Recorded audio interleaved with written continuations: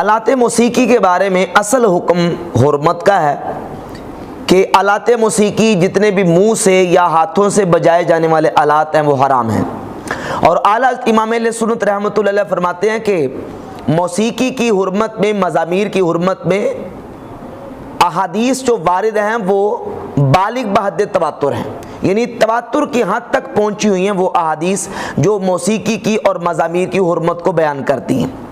تو جب یہ بات واضح ہے کہ مزامیر اور موسیقی اور آلات جو مزامیر ہیں ان کی حرمت پر احادیث متواتر تک جو موجود ہیں، پہنچی ہوئی ہیں، تو اب ان مزامیر کی حلت کو ان چیزوں پر قیاس کرنا جن کی اصلاً جو ہے جن کے خلاف کوئی کسی قسم کی کوئی حرمت کی دلیل موجود نہیں ہے، یہ قیاس کے آسمان الفارق ہے۔ مثال کے طور پہ کہا جاتا ہے کہ دیکھیں جی، جب دف بجانا اس کا ثبوت احادیث سے موجود ہے، تو جب دف کا ثبوت موجود ہے تو باقی جتنے آلات موسیقی ہیں ان کا ثبوت بھی انہی احادیث پاک سے ثابت ہو جاتا ہے جن سے دف کی علت ثابت ہے۔ اگر آپ کے 400 کمرے کے مدرسے اصحاب صفا کے ایک چبوترے سے ثابت ہو سکتے ہیں، تو پھر ایک دف سے باقی آلات موسیقی بھی ثابت ہو سکتے ہیں۔ حالانکہ یہ قیاس مال فارق ہے، وہ اس لیے کہ مدرسہ بنانا یہ امر خیر ہے، کار خیر ہے۔ اس کا اصلاً سرے سے بھی ثبوت نہ ہوتا تب بھی ایک امر خیر ہونے کی بنیاد پر اس کا بنانا کیا تھا، جائز تھا اور امر مستحب تھا۔ جس طرح کہ وہ صحیح بخاری کی حدیث موجود ہے، سیدنا فاروق اعظم رضی اللہ تعالیٰ عنہ نے حضرت ابو بکر صدیق رضی اللہ تعالیٰ عنہ سے کہا کہ قرآن کے حافظ اور قاری شہید ہوتے جا رہے ہیں، تو آپ اس طرح کریں کہ قرآن مجید کو ایک جگہ پہ جمع کر لیں۔ تو انہوں نے کہا کیف تفعل شیئا لم یفعلہ رسول اللہ صلی اللہ علیہ وسلم، اے عمر تم وہ کام کیسے کرو گے جو کام اللہ کے رسول صلی اللہ علیہ وسلم نے نہیں کیا؟ تو حضرت عمر نے جواب دیا ھذا واللہ خیر، اللہ کی قسم یہ کام کیا اچھا ہے، یہ کام اچھا ہے۔ تو اگرچہ وہ اللہ کے نبی علیہ الصلوۃ والسلام نے نہیں کیا، چونکہ وہ کام اچھا تھا، اس میں خیر تھی، تو حضرت عمر نے کہا کہ یہ کام کیا اچھا ہے۔ تو جو کام فی نفس ہی اچھا ہے وہ کرنا تو جائز ہی جائز ہے، اور بلکہ وہ بہتر اور مستحب ہے اگرچہ وہ نبی کریم علیہ السلام نے کام نہ کیا۔ اور جس کی حرمت پر احادیث موجود ہے اور جس کے حرام ہونے پر تواتر سے احادیث موجود ہوں، ایسے گناہ کے اور جو ناجائز کام ہے اس کو اس طرح کے خیر والے کاموں پر قیاس نہیں کر سکتے۔ آپ کو ایک دو مثالیں دے کے میں مسئلہ سمجھا دیتا ہوں۔ مثال کے طور پہ ریشم کا پہننا مرد کے لیے حرام ہے، ریشم مرد کے لیے پہننا حرام ہے، اس کی حرمت پر احادیث موجود ہے۔ مرد کے لیے چاندی پہننا حرام ہے، اصلاً حکم یہ ہے کہ مرد کے لیے چاندی حلال نہیں ہے، حرام ہے۔ تو اب اس کی حرمت پر احادیث موجود ہے، لیکن اس کا ایک مخصوص حصہ جو ہے وہ مرد کے لیے مباح قرار دیا گیا۔ یعنی اگر مرد چاندی کی انگوٹھی پہنتا ہے مہر کی ضرورت کے لیے، قاضی ہے، مفتی ہے اور حاکم وقت ہے، مہر کی ضرورت کے لیے چاندی کی انگوٹھی پہنتا ہے، تو رسول اللہ صلی اللہ علیہ وآلہ وسلم نے چاندی کی انگوٹھی پہنی ہے، لہذا اس کے لیے سنت قرار پائے گی، اور عام شخصوں کے لیے، عام افراد کے لیے یہ مباح ہے۔ تو اب کوئی بندہ یہ کہے دیکھیں جی چاندی کی انگوٹھی ثابت ہے، تو چاندی کی انگوٹھی سے باقی سارے کا سارا زیور بھی ثابت ہے۔ اگر کوئی بندہ زنجیر یا چین یا کوئی لاکٹ وغیرہ چاندی کا بنا کے پہننا چاہتا ہے تو اس کو پہننے کی اجازت ہے، کیوں؟ اس لیے کہ انگوٹھی ثابت ہے۔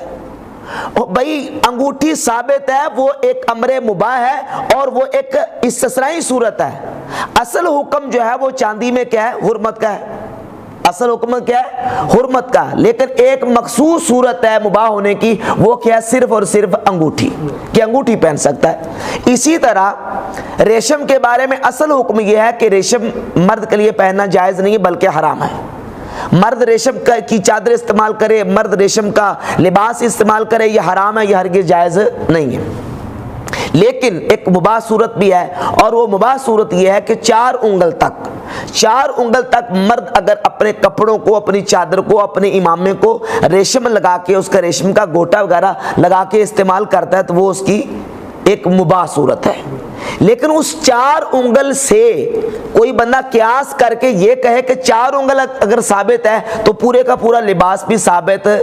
مانا جائے گا، تو یہ بالکل غلط ہے، یہ اس کا ضابطہ اور اصول درست نہیں ہے۔ کیوں؟ کیونکہ ریشم اور چاندی کے حرام ہونے پر اس کی حرمت پر احادیث موجود ہیں۔ جس طرح ریشم اور چاندی مرد کے لیے اس کا پہننا اس کے حرام ہونے پر احادیث موجود ہیں، اسی طرح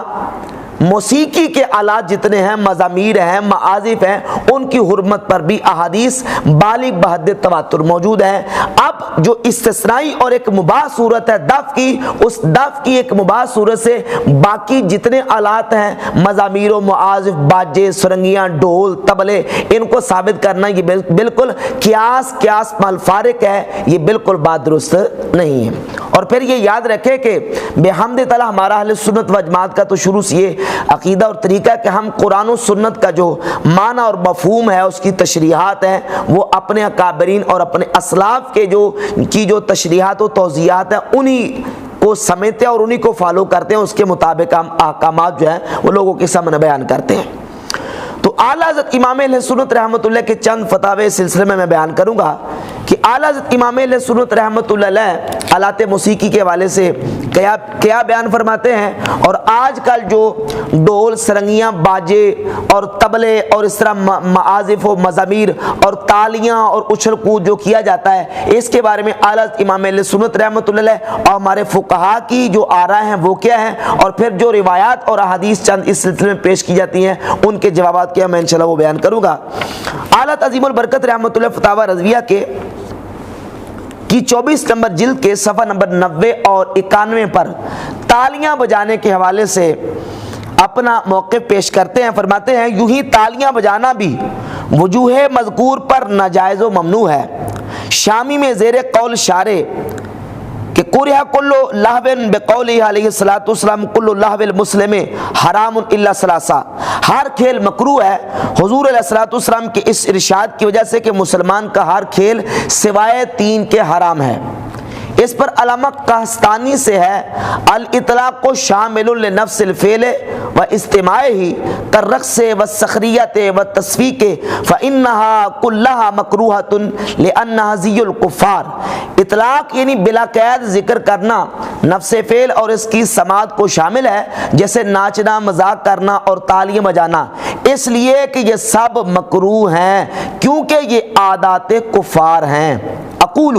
اعلیٰ فرماتے ہیں میں کہتا ہوں تصدیق اس کی کہ تالی بجانا افعال کفار سے ہے، خود قرآن عظیم میں موجود ہے۔ اللہ عز و جل فرماتا ہے وما کان صلاتهم عند البیت الا مکاء و تصدیہ، نہ تھی ان کی نماز کعبے کے پاس مگر سیٹی اور تالی، یعنی کفار اور مشرکین کعبۃ اللہ کے قریب آ کے جب عبادت کرتے تھے تو ان کی عبادت کیا تھی کہ وہ آ کے سیٹیاں اور تالیاں بجاتے تھے۔ اعلیٰ عظیم البرکت رحمۃ اللہ علیہ سے ایک سائل نے سوال کیا، فتاوی رضویہ کی 24ویں جلد کے صفحہ 113 پہ ہے کہ ایک جگہ پہ قوالی کرتے ہیں جس میں مزامیر اور معازف اور باجے وغیرہ بجاتے ہیں، تو ایسی قوالی کے بارے میں کیا حکم ہے؟ تو امام اہل سنت فرماتے ہیں ایسی قوالی حرام ہے، حاضرین سب گناہگار ہیں اور ان سب کا گناہ ایسا کرنے والوں اور قوالوں پر ہے، اور قوالوں کا بھی گناہ اس عرس کرنے والے پر بغیر اس کے کہ عرس کرنے والے کے ماتھے قوالوں کا گناہ جانے سے قوالوں پر سے گناہ کی کچھ کمی آئے۔ اور فرماتے ہیں صفحہ 115 پر فرماتے ہیں مسئلہ نص شارع علیہ الصلوۃ والسلام سے لیا جائے گا، یعنی جب مسئلے کا ہم جو استنباط کریں گے تو سب سے پہلے نبی کریم صلی اللہ علیہ وسلم کا جو نا وہ فرمان مقدس قرآن مجید کے بعد لیا جائے گا، یا فقہ امام مجتہد رضی اللہ تعالی عنہ سے اگر نص شارع صلی اللہ تعالی علیہ وسلم درکار ہے تو مزامیر کی حرمت میں احادیث کثیرہ بالغ بحد تواتر وارد ہیں، یعنی اتنی احادیث موجود ہیں مزامیر کے حرام ہونے پر کہ جو تواتر کی حد تک پہنچتی ہیں۔ از آن جملہ اجل و اعلی حدیث صحیح بخاری شریف ہے کہ حضور سید عالم صلی اللہ تعالی علیہ وسلم فرماتے ہیں، اب بخاری شریف کی حدیث میں پڑھتا ہوں، پہلے اس کا حوالہ پورا سن لیں۔ صحیح بخاری کتاب الاشربہ باب ما جاء فی من